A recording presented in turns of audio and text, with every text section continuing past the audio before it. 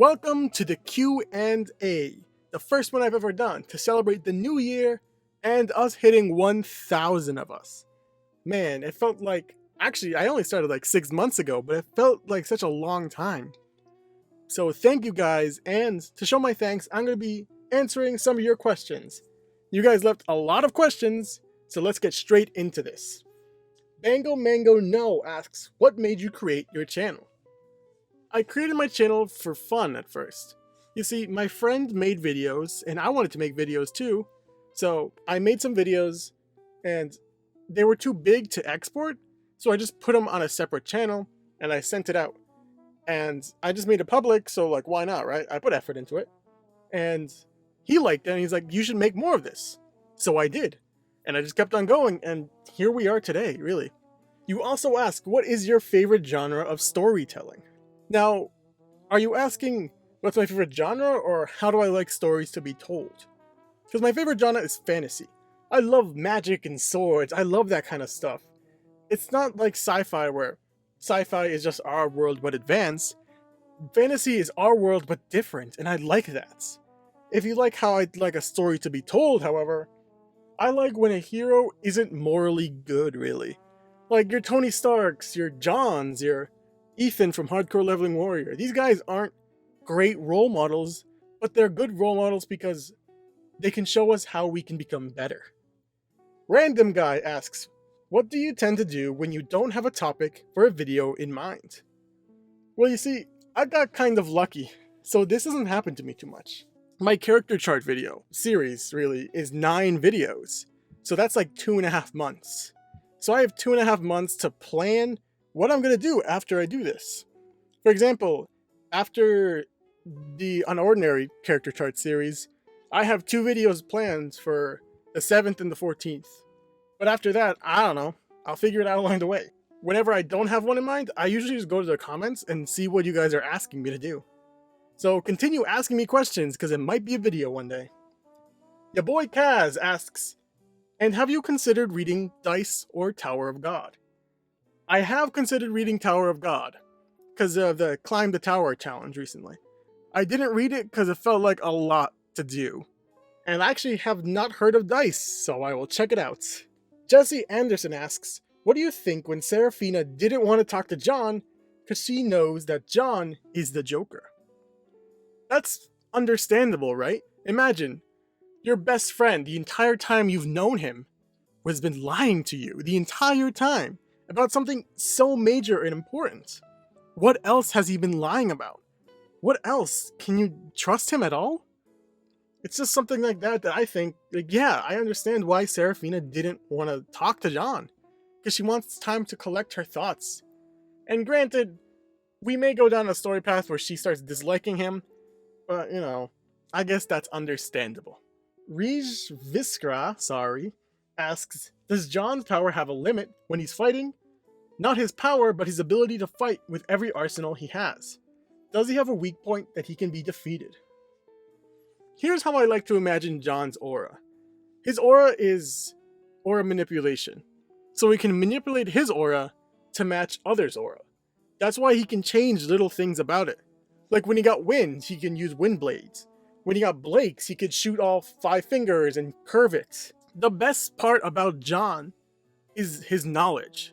John has been watching these guys for like 2 years now. 2 years of him just watching these people. So he learns their abilities. Which is why I think his weak point is if he just fights someone he doesn't know. If he doesn't know how to use the ability, he's kind of screwed at that point, right? Like someone asks here, let me pull it up. Overwhelming Rayquaza asks, do you think John could beat that Ember Lady Remifon? That's why I say no here. That's what I think John's weakness is. He knows how to fight the people because he's kind of been planning it in his head. He knows their ability, he knows how to counter it. But with someone he doesn't know how to fight, he's kind of screwed at that point. Mr. Confuzzle Wuzzle asks, are there any webtoons apart from the ones you've done on this channel that you would recommend? I am subscribed to around 120 webtoons. So there are a ton of webtoons I would recommend. Here are all the ones I'm subscribed to. I'm going to scroll through them kind of fast, but these are the ones I would recommend. Hardcore Leveling Warrior asks, How do you feel about Hardcore Leveling Warrior's recent episodes? Okay. It's not as good as the season 1 episodes. I can admit to that, but I still think it's really interesting. I like the path they're taking Dark on. The path of growth and, becoming a king of a nation. I miss Ethan. I think everyone misses Ethan. I think that's why a lot of people dropped season 2, because Ethan wasn't in it. But I like how they handle Dark, how they handle his loss. My biggest problem with death is when they kill someone for no reason. When they change someone for no reason. By taking Ethan out of the equation, it's so much has happened. Dark has started his own nation. Sora goes off on her own. So many little pieces connect just because Ethan goes missing. He also asks, what webtoons are you planning on doing next? Can you please do The Gamer or Elf and Warrior? I have not read either of those two. The webtoons I plan on doing in February, after the character chart series, are, well, it's multiple webtoons because it's going to be like a 2-part series there. And why did you start doing webtoons? Was it for fun? My first webtoon video was Hardcore Leveling Warrior's True Hero, where I talked how Sora was the true hero because she followed the hero's journey. I did that for 2 reasons. One, if any of you have ever seen Polygon's Unraveled videos, Brian David Gilbert did a video on the hero's journey for Kingdom Hearts, and I want to do a video like that. Also, no one talks about Hardcore Leveling Warrior. If you look it up before I started, there would be 2 videos from webtoons themselves, and just a handful of other things. Maybe a couple reactions, and that's about it. I wanted people to know what I thought about webtoons. What I thought about Hardcore Leveling Warrior. Multiple people ask, what is your favorite webtoon? Jeez. I feel bad limiting it to just one, so I'm going to talk about a handful from different categories. From drama, I'm going to take Unordinary, you guys know that. Unordinary for drama. Fantasy, Hardcore Leveling Warrior. Romance, Good Day to Be a Dog. Great romantic story. It makes sense, it flows well. The characters are likable. And they grow and develop. They're likable. I love them. Slice of Life. Easy Love. Easy Love, I think, is on Canvas. It's not on the main page, but it deserves a lot more appreciation than it gets. For thriller, My Deepest Secret is a great thriller one. It's really creepy, but also romance. Horror, Scoob and Shag. If you know nothing about Scoob and Shag, perfect. Go in it blind. But remember, it's a horror one. Things like that, they're just great. Here's the ones I'm subscribed to. Just check any of those out. Common Viewer asks, how did you first come across the likes of Hardcore Leveling Warrior and Unordinary? For Unordinary, it was recommended to me by my cousin. My friend recommended it to me first, but I decided to ignore his recommendation. But it was recommended by my cousin, so I started reading it because of him. Hardcore Leveling Warrior, I was just looking for webtoons to read. It was one of the first webtoons I decided to read, and it's been with me ever since the beginning, really. Dama Dominator asks, what was the reason behind the name Shy Chef? When I made it, and even now still, I like to bake. So that was where the chef comes from. And shy because I'm introverted, and I like the Shy Guy design. So Shy Guy, Shy Chef, just mash the 2 together. That's basically it. Blue Man asks, what was your first impression of Unordinary? It was interesting and different from everything else I was reading. I liked John at the beginning, because I liked his sass and I liked how he was facing a world with no ability, which is different from My Hero Academia, where he gets an ability. No, John is facing the world without an ability, and we all kind of hoped he had an ability, but we didn't think it'd go this far. Taeguan Mason asks, what do you think her sister will do, and do you believe that she's part of the company that took away Seraphina's powers? I don't think she's part of the direct company. I think she's partnered with the people who took away Seraphina's powers. In the world, it's kind of frowned upon to do human experiments. So I'm assuming it's frowned upon to do human experiments there. How do you develop something that can remove or enhance abilities? You can't do that legally, right? So maybe Isla's, I think, company partnered with some shady people or even Ember to help test these ability things. I don't think she's part of the same company, but I think she is a partner in it. You also ask, can you do other Webtoon series such as Siren's Lament, or Freaking Love? Or any other series, maybe you could do a vote or something, because your videos are really good and pretty accurate. Thank you. I will put it to a vote. I have read the first season of Siren's Lament. I have not read Freaking Love. Freaking Love. I have not read that one. I could put it to a vote. I could ask you now, what webtoons do you want a video on? Things like that. So ask, put it in the comments. I'll take a poll eventually. Vlad Vorskas asks, do you think that Jack in her vision is Arlo because John is now the king? Yeah, I don't think Cecile realizes that John wants to tear down the hierarchy completely. I think she thinks John is gonna be the king. That's why she keeps asking him, and that's why he keeps pushing it off. He's like, I'm not gonna be the king because no one's gonna be the king. So I feel bad for Cecile. Keela asks, how do you come up with all these awesome theories and such? Thank you. It's not entirely difficult to come up with these things. First, you just kind of have to notice something. Notice something that seems out of nowhere and that seems just stuck out a little bit. The last video where I compared the series of Unordinary to Shakespeare's books started because I just noticed those 3 words. Those 3 words stuck out so much, and I was like, that would be interesting if that meant something. And then it did. So it will continue to mean something. Just, you gotta keep your analysis eyes open, you know? Big Man Sam 305 asks, are you planning on selling Ellie merch? Love to support you and buy a shirt. I mean, eventually. Not anytime soon, I think. First, I need to get my character redrawn. This little shy chef here, I drew a while ago, and I kind of want to get a professional to do it, or someone who's an artist. So I'm probably going to commission someone to redraw my my avatar. So if you know anyone that wants to get commissioned to do this, then, you know, let me know, I guess. Gazelle asks, what would happen to the story if John hadn't played Crippled? Would he still become friends with Seraphina, considering they both have a god tier power? No. No, they wouldn't. Here's why. Seraphina doesn't care about friendship. She never cared about friendship. Until John showed her that there are more important things than grades, than expectations. Seraphina wasn't friends with Arlo. She wasn't really friends with anyone. Until John changed her perspective on what's important in life. If John was a high tier, I don't think Seraphina would care. If John was the king, I still don't think she would have cared. Seraphina only cared about her grades, meeting her expectations, becoming the best. But because of John, that changed. So I don't think she would have cared enough. Dark Wolf Girl asks, do you stand John or not? I stand early John. Not so much now. Natsiku Aski asks, who do you ship? I don't know how to make the sound for that face. I mean, I'm assuming you mean Unordinary. And, you know, the usual John and Seraphina, yeah, sure. But I also like Blake and Remy. I do think that's a cute couple. ZMX asks, since when did you start reading on Webtoons? It's been a little more than a year, I think. I don't remember the exact dates. You see, my friend recommended me Nano's List. So I started reading that. But I realized that I already read a Webtoon on this. Miss Abbott and the Doctor. Love that series.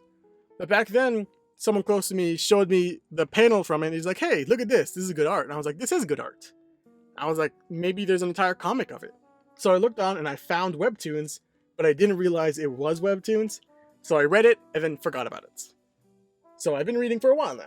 Cocoa asks, will Seraphina and John break their friendship? Maybe.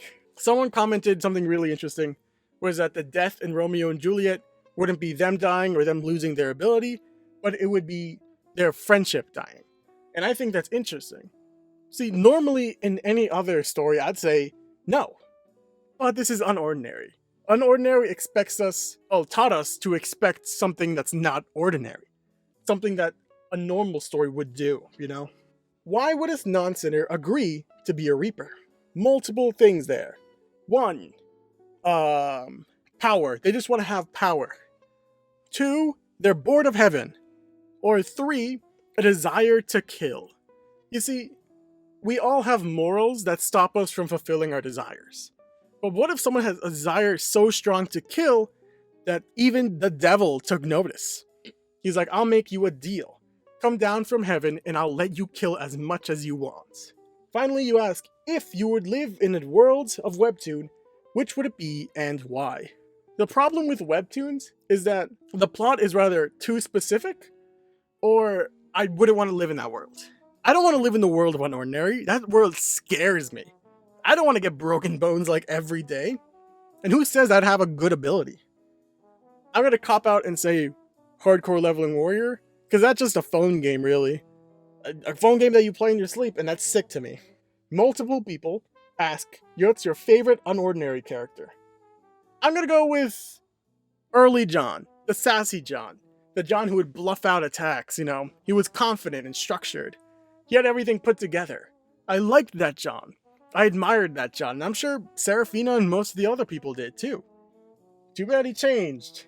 Cray Byrne asks, do you have any unordinary / have heard any theories that you like? I've heard of two. One is that the book Unordinary is about John, and at the end, John will die. That's an interesting one. I do expect the book to come back, because it's the title of it. And the other one is that John was experimented by a part of Ember, that's why his ability shot up so viciously. Maybe I'll talk about that one day. Swing TV asks, face reveal? No. My fridge needs to be refilled asks multiple questions. So let's lightning round this thing.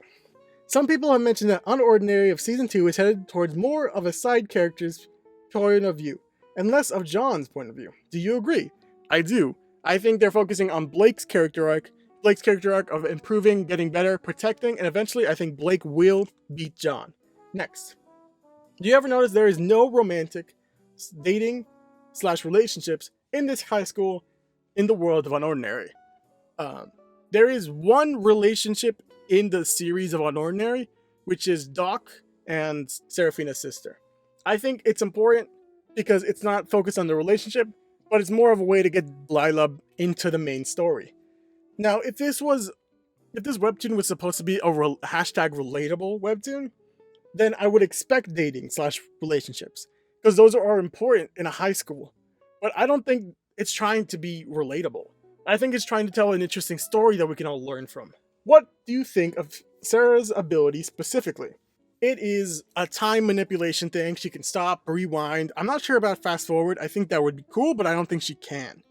But stop and rewind, she can manipulate time. Episode 72, John tries to activate Harlow's ability when Seraphina is about to get kidnapped, even when he doesn't have 4 abilities with him. So do you think his limits are that he can't handle many high-level abilities? Not that he can't have 4 abilities with him. I do think that is the case. Arlo says he can only have 4 abilities, or he can't handle a lot of high-tier abilities. And I think the stronger you are, the more difficulty he has maintaining your ability.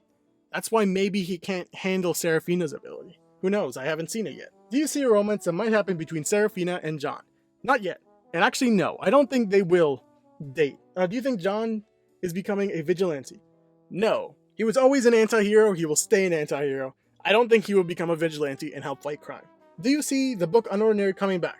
I mean, the webtoon is named after the book, and it was the reason for Seraphina's suspension, leading to take Arlo advantage of him. Yes, it will come back. Who knows how, though? Do you think John's mom may be super powerful? No, they were both low tiers. I think they said that. Do you think Megan will ever make a comeback? No idea who Megan is. There's a couple more. The Thick Ginger asks, who do you think would win in a no-holds-barred one-on-one against Aizen and Blake? Blake. I do think Blake. Blake has more fighting experiences. He's been in turf wars. Yes, Aizen's ability is interesting and versatile, but so is Blake's.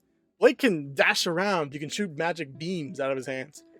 Aizen, I'm not even sure what Aizen could do. He can just target people, I guess. Fries for Life asks, do you have someone edit your videos, or do you edit them yourself? I edit them myself. I don't have a team yet. Wait on that. I might have a team eventually. Who knows? Lisa Martell asks, where do you put yourself on the character charts? I think I'm in true neutral. I really do think I'm in true neutral. I've talked about this with my friends. I'm in true neutral. And for the final question, Anime Studio asks, what do you wish to achieve for this channel? I started out for fun. My first 2, 3, 4, 5 videos were for fun. But now it's more of a Trojan horse of sorts. We have gaming videos, we have videos about film, we have videos about makeup, about fashion, about news, about sports, about everything. But the videos we have about webtoons, we have reactions, speculations, dubs, not a lot else. I want to urge you guys, anyone, to make interesting webtoon videos.